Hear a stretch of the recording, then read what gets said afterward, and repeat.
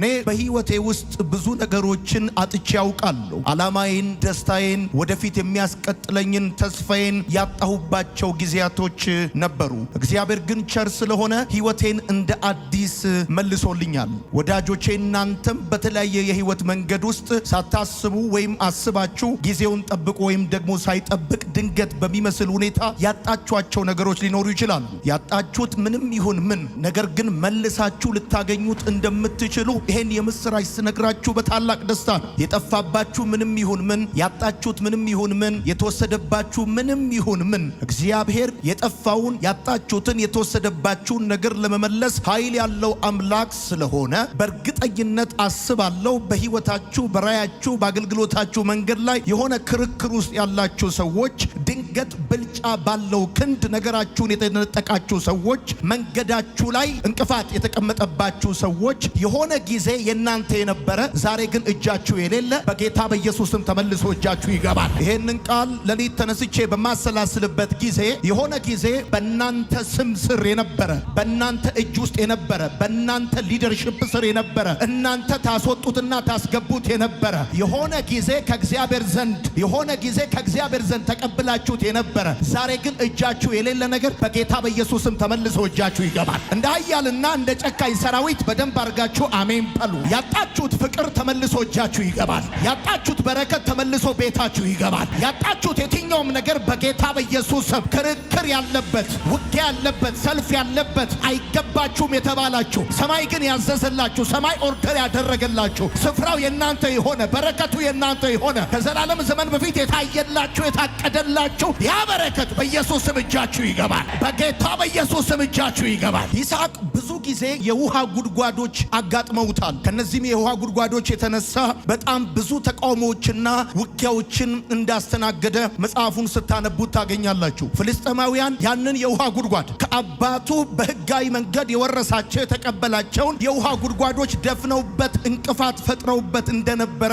መጽሐፉንም ስታነቡ ታገኛላችሁ። ከአብርሃም ቀጥሎ ይስሐቅ ህይወቱ ከውሃ ጉድጓዶች ጋር የተሳሰረ ነው። ከውሃ ምንጮች ጋር የተሳሰረ ነው። ነገር ግን የሚገርማችሁ ፍልስጤማውያን እንደደፈኑበት ምንጮቹ እንደደረቁ ብቻ አይደለም የቀሩት። እንደገና እግዚአብሔር አምላክ ህይወቱን ብትመለከቱ እንደገና በማግኘትና በመታደስ የተባረከ ሰው እንደነበረ መጽሐፉን ስታነቡ ታገኛላችሁ። ይስሐቅ የአባቱ የአብርሃም የነበሩ የውሃ ጉድጓዶችን እንደገና በማግኘትና በመታደስ የተባረከ ሰው ነበር ብዬ ስላችሁ ይሄን የውሃ ጉድጓድ አቅልላችሁ እንዳታዩት። የውሃ ጉድጓድ ምን እንደሚያመለክት መጽሐፍ ቅዱሳችሁ ውስጥ ስታነቡ ነው ምን ያህል ኢምፖርታንት ጉዳይ እንደሆነ የምትመለከቱት። ወዳጆቼ በመጽሐፍ ቅዱስ ውስጥ የውሃ ጉድጓዶች ከውሃ ምንጮች ያለፈ ምልክትነት ያላቸው ጉዳዮች እንደሆኑ ትመለከታላችሁ። የውሃ ጉድጓዶች የህይወት፣ የኑሮና የማህበረሰብ፣ የብልጽግናና የበረከት ደጆች ናቸው። የውሃ ጉድጓዶች የደህንነትና የእድገት መሰረቶች ናቸው። የውሃ ጉድጓዶች የመገናኘት፣ የመገለጥና የመለወጥ ቦታዎች ናቸው። የህይወት ምልክቶች ናቸው። እና ክርክር የተነሳው አይገባህም የሚለው ጉዳይ የተነሳው ለአንድ ዕብራዊ ወይም የአብርሃም ዘር ለሆነ ሰው የውሃ ጉድጓዱ ቀላል ጉዳይ አይደለም። አብዛኛው ሲቪላይዜሽን እዛ የውሃ ጉድጓድ አጠገብ የተጀመረ ሲቪላይዜሽን ነው። የበረከት ደጅ ነው። የበረከት ደጅ ብቻ አይደለም፣ የመገናኘትና የመገለጥ የመለወጥ በሮች ናቸው የውሃ ጉድጓዶች። ዮሐንስ ወንጌል መጽሐፍ ምዕራፍ 4 ላይ ሳምራዊቷን ሴት ያገኛት የውሃ ጉድጓድ አጠገብ ነበረ። የአብርሃም ሎሌ ለይስሐቅ ሚስት ያገኘው የውሃ ጉድጓድ አጠገብ ነበረ። ያዕቆብ ራሔልን ያገኛት የውሃ ጉድጓድ አጠገብ ነበረ። የብዙ ሰዎች ታሪክ እዛ የውሃ ጉድጓዶች ጋር ተቀይሯል፣ ተገናኝተዋል። ከበረከታቸው ጋር፣ ከዴስቲኒያቸው ጋር፣ ከብዙ ነገሮቻቸው ጋር በዛ የውሃ ጉድጓድ አጠገብ ተገኝተዋል፣ ተገናኝተዋል። ዛሬም በህይወት ውስጥ የተደፈኑና የደረቁ የህይወትና የፍጻሜ ምንጮች በኢየሱስም እንደገና ይከፈታሉ። እያልኳችሁ ያለሁት እንደዚህ ነው። የጠፋብን ነገር መልሰ ታገኛለህ። የተወሰደብን ነገር መልሶ እጅ ይገባል። በጌታ በኢየሱስም ያልኩ እንደዚህ ነው። የህይወትህንና የፍጻሜህን ምንጮች በተለያየ ምክንያት የተደፈኑና የደረቁ እንደገና ይከፈታሉ። በጌታ በኢየሱስም ይከፈታሉ። በኢየሱስም ይከፈታሉ። የበረከት ደጆች ይከፈታሉ። የብልጽግና ደጆች ይከፈታሉ። የህይወት ደጆች ይከፈታሉ። የመገለጥ ደጆች ይከፈታሉ። ከዚህ ፕሮግራም በኋላ እንደዚህ ይሆናል። የመገናኘት ምንጮች ይከፈታሉ። እግዚአብሔር ካየልህ ዴስቲኒ ጋር የሚያገናኝ ሰው በቅርብ ጊዜ ወደ ህይወት ይመጣል። መጽሐፍ እንደዚህ አለ። ይስሐቅ በአባቱ በአብርሃም ዘመን ተቆፍሮ የነበሩ የውሃ ጉድጓዶችን መልሶ እንደገና ቆፈራቸዋል። መልሶ እንደገና ከፈታቸዋል። ይስሐቅ እንደገና በማግኘትና እንደገና በመታደስ እንደተባረከ አንተም አንድ ወቅት ያንተና ያባቴ የነበረ እግዚአብሔር ኦርደር ያደረገልህ ነገር እንደገና እጅ ይገባል። እንደገና እጅ ይገባል። በጌታ በኢየሱስ ስም የመገለጥ ምንጮች ይከፈታሉ። የመገለጥ ምንጮች ይከፈታሉ። የለውጥ ደጆች ይከፈታሉ። የመገናኘት በሮች ይከፈታሉ። ትንቢታዊ ቃል ነው እየነገርኳችሁ ያለሁት። ከዚህ ቃል በኋላ ኤክስፔክት ማረገው እንደዚህ ነው። ሳምራይቷ ሴት ብዙ ዘመን ተመላልሳ አንድ ቀን ግን ታሪክ ተቀየረ። እዛ የውሃ ጉድጓድ ጋር ጌታ ጠበቃት። ዛሬ እነግርሃለሁ፣ ብዙ ጊዜ ሄደ የሰራህበት መስሪያ ቤት፣ የገባህበት የወጣህበት ቦታ ለመጨረሻ ጊዜ ታሪክን የሚቀይር ምንጭ በኢየሱስ ስም ይከፈታል። በማስታወሻ ደብተሬ ላይ የጻፍኩት እንደዚህ የሚል ቃል ይስሐቅ እንደገና በማግኘትና በመታደስ እንደተባረከ እኔ ዛሬ በእግዚአብሔር መንፈስ ሆኜ ባርካለሁ። እንደገና ያንን የትናንትናው በረከትህን፣ ያንን የትናንትናው ትጋትህን፣ ያንን የትናንትናው ሳቅህን፣ ያንን የትናንትናው ደስታህን፣ ያንን የትናንትናው ቦልድነስህን፣ ያንን የትናንትናውን አኖይንቲንግ እንደገና ሰማይ ይከፍተዋል። እግዚአብሔር ይከፍተዋል። ድምፅ መስማት ትቀጥላለህ። ራእይ ማየት ትቀጥላለህ። ቃል መናገር ትቀጥላለህ። የሆነ ጊዜ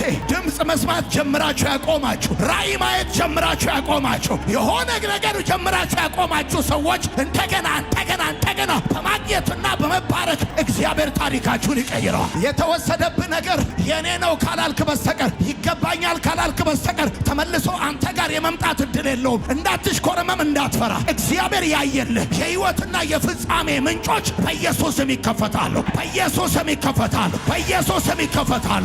የመገለጥና የመለወጥ ምንጮች ይከፈታሉ። የሆነ ሰው ከ5 ወር ከ6 ወር ከ1 ዓመት በፊት የሱ የነበረ ግን በተለያየ ምክንያት ያጣውን ነገር መልሶ ሲያገኝ በመንፈሴ አያለሁ። እውነቴን መልሰህ ታገኛለህ። እውነቴን ነው የምነግርህ። ስምህን ከሆነ መልሰህ ታገኛለህ። ስራህን ከሆነ መልሰህ ታገኛለህ። ገንዘብህን ከሆነ መልሰህ ታገኛለህ። አገልግሎትን ከሆነ መልሰህ ታገኛለህ። አሜን ፐልባኬት መልሰህ ታገኛለህ። እግዚአብሔር መልሶ በእጅ አሳልፎ ይሰጣል። ያልኩት እንደዚህ ነው። በክፉ ሰዎች በክፉ እጆች የተደፈነና የደረቀ አንድ ወቅት ግን ከውስጥ ይፍለቀለቅ የነበረ የዜማ ምንጭ፣ የቃል ምንጭ፣ የመገለጥ ምንጭ፣ የትንቢት ምንጭ በጌታ በኢየሱስ ስም እንደገና እሺ፣ ትንቢት ልናገር። የወሰደብህ አካል በእድሜም በጉልበትም ካንተ ሊበልጥ ይችላል። ነገር ግን እነግርሃለሁ፣ ወዶ ሳይሆን ተገዶ መልሶ አንተ እጅ ይገባል። በጌታ በኢየሱስ ስም መልሶ አንተ እጅ ይገባል። በኢየሱስ ስም አሳ ነባሪው ዮናስን እንደተፋው ዛሬ ከሰማይ እንዲህ የሚል ቃል ይወጣል። የልጆቼ የነበረ እኔ ያዘዝኩላቸው በረከት ተመልሶ እጃቸው ይገባል። የሰራዊት አምላክ እግዚአብሔር እንደዚህ ይላል፣ የኑሮህንና የሕይወትህን በር መልሼ ይሰጣል። አልሰማኝ። የሰራዊት አምላክ እግዚአብሔር እንደዚህ ይላል፣ የሕይወትህንና የኑሮ ደጆችን በጌታ በኢየሱስ መልሼ እሰጥሃለሁ። የብልጽግናና የበረከት ምንጮችን መልሼ እከፍትልሃለሁ።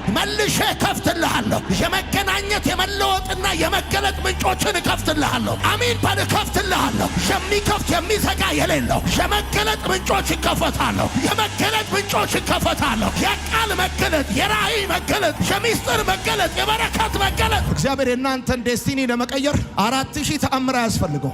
4000 ተአምር ያስፈልገው። እግዚአብሔር እናንተ ውስጥ ያለውን እንደ ኤሊሁ ጢም ያለ አቁማዳ ሊፈነዳ የደረሰ እንዴት ላድርገው እያላችሁ ያላችሁትን ነገር ሺዎች ጆሮ ጋር ለማድረስ እግዚአብሔር አምላክ የሆነ ሌላ ነገር አያስፈልገው። የሚገርምህ በአንድ መልእክት፣ በአንድ ቋንቋ፣ በአንድ ሰከንድ፣ በአንድ ኢንካውንተር የብዙዎቻችሁን ነገር እግዚአብሔር ይከፍተዋል። ምንድነው ዮናታን የምታየው ብለህ ካልከኝ ንብ ማርን እንደሚከብ ሰዎች ሲከቡክ ስትከበባለሁ። ምንድነው የምታየው ብለህ ካልከኝ የሆነ እዚህ ጋር ምንጭ ሲከፈት አንተ ምንጩ ጋር ነው ያለው። ምንጩን ፈልጎ የሚመጣ እጁ ላይ መልካም የያዘ ብርና ወርቅ የያዘ የሰማይ ፕሮግራም የያዘ መለኮታዊ ጉብኝት ወደ አንተ ይመጣ። አሁን ያልኩት እንደዚህ ነው። እውነቴን ነው የምነግርህ። እግዚአብሔር ምንጩን ሲከፍትልህ አንተ አይደለም ወደ ነገር ፍለጋ የምትሄደው። ነገሩን የያዘው አንተ ጋር ይመጣል። ሶሻሊ፣ ኢኮኖሚካሊ፣ ስፒሪቹዋሊ፣ ፋይናንሻሊ ፕሮስፐር የሚያደርግ ደጅ እግዚአብሔር ይከፍትልሃል። አሜን በል። ምቀኛ የተመታው ዳዊት ወደ ጺቅላግ የመጣው ለ10 ዓመት ተከታታይ ሳኦል በቅናት ሊገለው ያሳድደው ስለነበረ ለአፍታ እንኳን የሚተወው ከሆነ ብሎ በማሰብ ነው ወደ ጺቅላግ የመጣ። ዳዊት በጺቅላግ በነበረበት ጊዜ ሚስቶቹ ልጆቹንና 600 ሰዎችን ይዞ ወደ ጺቅላግ የገባው። ከዛ በኋላ እሱ በሌለበት አማሌቃውያን መጥተው ጺቅላግን እንደወረሩ እንደወጉና በሕይወት ያለውን ነገር ሁሉ እንደማረኩ የእግዚአብሔር ቃል ይናገራል። ማረኩ ይላል። ከዛ በጣም የሚገርማቸው አንደኛ ሳሙኤል መጽሐፍ ምዕራፍ 30 ቁጥር 8 ላይ ማረኩ ብቻ አይደለም የሚለው፣ ተወሰደበት ብቻ አይደለም የሚለው። እግዚአብሔርም እንደዚህ ያለው የሚል ቃል ታነባላችሁ። በእርግጥ ትደርስባቸዋል፣ ምርኮህንም ትመልሳለህ። ተከተላለው። ትደርስባቸዋል። በእርግጥ ትደርስባቸው። አይ ላቭ ይሄን ወርድ። በእርግጥ ትደርስባቸዋል፣ ምርኮህንም ትመልሳለህ፣ የተወሰደብህን ትመልሳለህ። አንተ በሌለበት አሳቻ ሰዓት ድንገት ወረው አስጨንቀው የቤቱን ሁሉ አፍርሰው ሕይወት ያለውን ማርከውባል እና ዳዊት አለቀሰ። ታውቃለህ፣ በጣም አለቀሰ። ከዛ ልቡን በእግዚአብሔር አበረታ። ቁጥር 8 የሚለው እንደዚህ ነው፣ በእርግጥ ትደርስባቸዋለህ፣ ምርኮውንም ትመልሳለህ።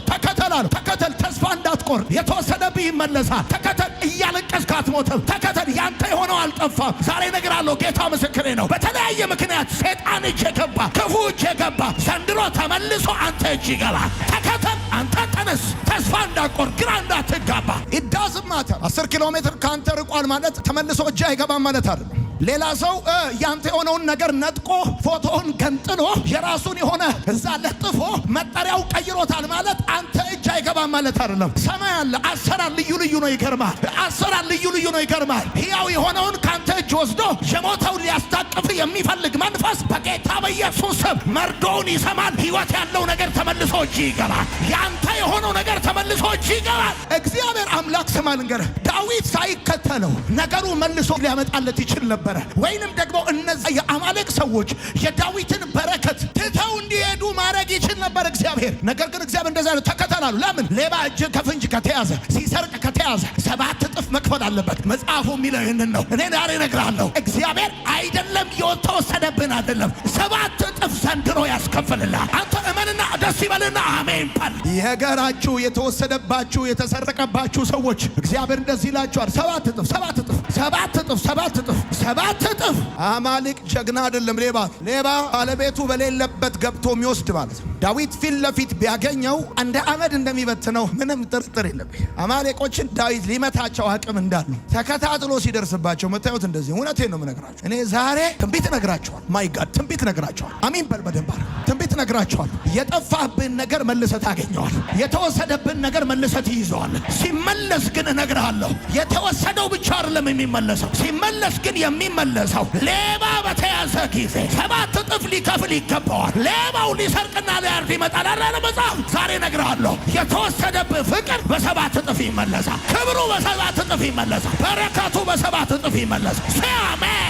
የድሮውን ኦሪጂናሉን የልጅነትን ሳቅ ዘንድሮ ያስቃል። እንደውም አንዳንዶቻችሁ የልጅነት የማድረግ ካፓቢሊቲያችሁን፣ አቅማችሁ፣ ጉልበታችሁን፣ የነገር አደራረጋችሁን፣ አኖይንቲንጋችሁ እንኳን ተመልሶ እጃችሁ ይገባል እና የጠፉብን የህይወትን አመታቶቹን ምን ማለት ነው? ባጭር አማርኛ ፍሬ አልባ የሆንባቸውን አመታቶች፣ ጠንካራ ስራ፣ በጣም ብርቱ የሆነ ትግል ጥረት አርገህ ግን ፍሬ አልባ የሆንክባቸውን አመታቶች መልሶ እግዚአብሔር እንደገና እየሰማችሁ ያላችሁ ሰዎች እዚህ ውስጥ ካላችሁ ተመልሶ እጅ የሚገባው የበረከት ነገር ምናምን ብቻ አይደለም። ኢቭን አመታቶችን እግዚአብሔር እንደገና እድስላ እንደገና መልሶ ይሰጣል። የጠፉብን አመታቶች ማለት ለኛ ደክመን ለፍተን ጥረን ግረን ወጥተን ወርደን ፍሬ ያጣንባቸውን አመታቶች እሱ ብቻ አይደለም።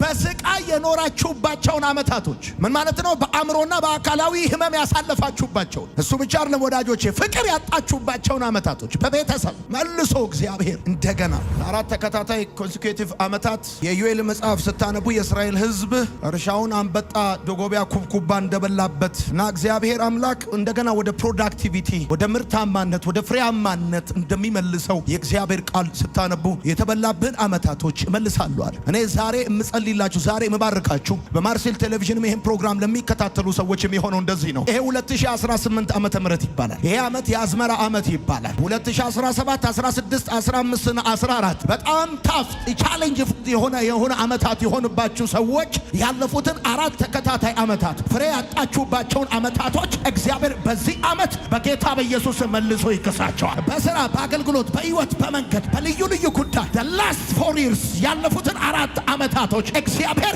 መልሶ እግዚአብሔር ይከፍላቸዋል። በዚህ ዓመት እጃችሁ የሚከባው ነገር፣ በዚህ ዓመት በስማችሁ የሚጠራው ነገር፣ የዚህ ዓመት ዘራችሁ ብቻ አይደለም የሚሆነው። እግዚአብሔር አምላክ ያለፉትን የድካም፣ የባዶነት፣ የልፋት፣ የጥረታችሁን ሁሉ ዓመታት ደሞዝ ይከፍላቸዋል። ንብረት ቀለም ሲታደስ፣ ንብረት ሞተር ሲታደስ ምናምን ታቅ ይሆናል። ግን የማይመለስም የማይታደስም የሚሮጥ ወደ ኋላ የማይሄድ ነገር ጊዜ ነው። ከአምላክ ዘንድ የተገባል ተስፋ ይሄን የማይመለስና የማይታደስን ነገር መልሼ አድስላለሁ ካለ this is supernatural. this is out of chemistry, out of biology. ይሄ ከሰው ማቴማቲክስ ውጪ ነው። አሚን በለኝ። ከሰው ማቴማቲክስ ውጪ እንዴትና መቼ ይሄው እኔ ዛሬ እነግርሃለሁ። ከሚቀጥለው ቀን ጀምሮ ኤክስፔክት ማድረግ ጀምር፣ መዘጋጀት ጀምር። እግዚአብሔር አምላክ ያስደንቅሃል። በከንቱ የተቃጠለ በከንቱ የፈሰሰ በከንቱ ያለፈ የሚባል ሲዝን የለም። እግዚአብሔር ካልኩሌተር ላይ እግዚአብሔር መዝገብ ላይ ተጽፏል። ሂሳብ እየተሰራን ይደመራል። ሴት ልጅ ልትወልድ ስትል ቁርጠት ምናምን የሆነ ነገር ምናምን እንደሚያረጋት ገብቷል። እንደሚያቀበጠብጣ የሆነ ነገር አልቀመጥ ምናምን አላስተኛ እንደሚላት ልክ እንደዛ እግዚአብሔር አምላክ የጠፋብን ነገር መልሶ እጅ ሊያስገባ ሲል ይገርማል። እግዚአብሔር አምላክ የተወሰደብን ነገር መልሶ ያንተ ሊያደርገው ሲል የሚሆነው ነገር የመጀመሪያው የሚሆነው ነገር ምቾት ታጣለህ። በቃ ምቾት ታጣለህ እና ይጠባሃል። ይሄ አይደለም የኔ ፖዚሽን፣ ይሄን አይደለም እግዚአብሔር የነገረኝ፣ ይሄን አይደለም እግዚአብሔር ያየልኝ፣ ይሄን አይደለም ታገለግላለህ ያለኝ፣ እንደዚህ አይደለም ትሰራለህ ያለኝ፣ እንደዚህ አይደለም፣ ይሄ አይደለም የኔ አድራሻ፣ ይሄ አይደለም። ሌሎች ምንጮች አሉ። አባቴ ኦርደር ያደረገልኝ እግዚአብሔር ለኔ ያስቀመጠልኝ ሌላ አለ። ይሄ የኔ መድረክ አይደለም። ይገርማል። ይሄ የኔ ሌቭል አይደለም። ይሄ የኔ የኢንፍሉዌንስ ልክ አይደለም። የአንዳንዶቻችሁ የከለከላችሁ ገደብ የሆነባችሁ አጥር ሲነሳላችሁ አያለሁ። በኢየሱስ ስም ይነሳላችሁ። በአንድ በኩል ኮንፈርት አይሰማም፣ በሌላ በኩል ግን ደስታ ይሰማል። አልገባም ይወራ። በአንድ በኩል እኮ ምቾት አይሰማም። በቃ ምንም በቃ የተከራየበት ቤት አይመችም፣ የምትሰራው ስራ አይመችም፣ በቃ የምትውልበት ነገር አይመችም። ከዛስ ደግሞ ደስታ ደግሞ ይሰማል። ሳቅ ይላል። እንደዚህ አይነት ፓራዶክስ የሆነ ስሜት እየተሰማ ከሆነ እግዚአብሔር አምላክ ከሰማይ የሆነ ምንጭ ይነድልልሃል። የእግዚአብሔር ደስታ ኃይላችን ነው ተብሎ እንደተጻፈ ለምን መሰለ? ኮንፈርት ባልተሰማ ሁኔታ ውስጥ ጆይ እንዲሰማ የሚያደርገው እግዚአብሔር ኃይል ከደስታ ጋር አብሮ ፈንክሽን ስለሚያደርግ አሁን ይኸውልህ አብርሃምን ከድንኳኑ አወጣውና እንደዚህ ያለው ቁጠራቸዋል። አየዋለሁ ይሄን የሰማይ ከዋክብት የምድር አሸዋ አለው። በነገራችን ላይ እግዚአብሔር ለአብርሃም ቁጠር ብሎ ያሳየው ቀን ከዋክብት ስለማይታዩ አሸዋው ስለሚታይ፣ ማታ ማታ አሸዋው ስለማይታይ ከዋክብት ስለሚታዩ ቀንና ማታ የሚያየው ነገር ነው የሰጠው። ቀንና ማታ የሚያየው ነገር ነው የሰጠው። አብርሃምን እንዴት ነው ማድረግ ብሎሃል እግዚአብሔር ብለህ ስትጠይቀው ቀና ሲል ኮከብ የለም፣ ቀን ጎንበስ ሲል አሸዋል። አየው ይሄና እንደዚህ ያደርጋሉ ብሎኝ ማታ ማታ አሸዋ አይታይም፣ ቀና ሲል ኮከብ አየው ያንና። ሰሞኑ ምን ተገኝቶ ነው ጠላቶች እንደዚህ እያረጋቸው ያለው ቢባል የጠፋብንና የተወሰደብን ነገር ተመልሶ እጅ ሊገባ ስለሆነ ዓላማ የሌለው ፍሬ ከርሲኪ ሆነ እንደው ዝም ብሎ የት ነው ያለ የቧልትና የቡና ግንኙነት ሁሉ ይፈርሳል። ይገርማል። በቀጥታ አንተ ጋር የሚደወለው ስልክ በጠቅላላ በቃ ከነገር ጋር የሚያነካካ ጥሪ ነው የሚሆን። ዘመን የፈጀብህን ነገር ሰብስቦ እንደ ነዶ በእጅ የሚሰጥ የእግዚአብሔር ድምፅ ይምጣልህ። ዘመን የፈጀብህ ዓመት ያስቆጠረብህን ነገር ሰብስቦ እንደ ነዶ እጅ የሚያስገባ የእግዚአብሔር ድምፅ ወደ አንተ ይመጣል። ራእይና መገለጥ፣ ትንቢትና መዝሙር፣ ቃል የጉድጓዱ ሰው እንዳልኳችሁ የቅባት የትንቢት የትምህርት የመሪነት የመጽሐፍ የገዥነት የአምልኮ ሰው የጥበብ ሰው በጌታ በኢየሱስም በጌታ በኢየሱስም የህይወትና የፍጻሜ ምንጮች ልጸልይላችሁ። የህይወትና የፍጻሜ ምንጮች የክብርና የመገለጥ ምንጮች በጌታ በኢየሱስም ይነደሉላችኋል፣ ይከፈቱላችኋል። ወንበሬን ይዤ ወደ አደባባይ በወጣው ጊዜ ጎበዛዝት እኔን አይተው ዞር አሉ ነው የሚለው። ተሸጋሽጌ ቆምኩ አይደለም የሚለው። አደባባይ ብትቆም ትታያለህ፣ ብታወራ ትሰማለህ። ወንበሬን ይዤ አለ ወደ አደባባይ በወጣው ጊዜ ከኔ በፊት አደባባዩ ላይ የተቀመጡ ቀሽሞች አይደሉ፣ ጎበዛት ተናግረው የሚያረጉ እጃቸው ላይ አቅም ኃይል ያላቸው ሰዎች አደባባዩ ላይ ተቀምጠው ነበራል። እኔም አለ ወንበሬን ይዤ ወደ አደባባይ በወጣው ጊዜ አለ ጎበዛት አለ እኔን አይተው ዞር አሉ። አይ ላቭ ኢት። ምንም ነገር ስርቻ ስር እንዳሰራ አደባባይ ላይ ነው መስራት ያለው። እንደዚህ ታጥፎ እንዲታጥፎ ከቀዩ ቆርቆሮ ቀጥሎ ያለ ምራ እንደዛ አይደለም። ቀጥታ ሰዎች ሲመጡ የሚያገኙ አደባባይ ላይ ይሆናል። እኔ ማምነው እንደዚህ ነው ያለኝ። እንደዚህ ነው ራስ እንጂ ጅራት አትሆንም ብሎኛል። ስለዚህ እንደዚህ ነው በጌታ በኢየሱስም ዛሬ በእግዚአብሔር መንፈስ ከፈው በአገልግሎት በስራ በቅባት በራእይ በኢየሱስም ፊተኛውን ነገር እግዚአብሔር ያስይዛል። አሜን በላይ እግዚአብሔር ያስይዛል። የሆነ ደመና እዚህ ቸርች መጥቶ የእግዚአብሔር እጅ እንደነካን ምርኮ እንደሚመለስልን አውቃለሁ። ከአንድ ሳምንት ከአንድ ዓመት ከሁለት ወር ከሶስት ወር በኋላ ሳያችሁ ፊታችሁ በርቶ እጃችሁ በነዶ ተሞልቶ እግዚአብሔር ጎዳናችሁን አቅንቶት የልባችሁን ስብራት ጠግኖት እቤታችሁ ያለውን ጉድለትና ባዶነት አውጥቶ ለእናንተ ብቻ ሳይሆን ለዘሮቻችሁ ታሪክ ለዋጭ አድርጎ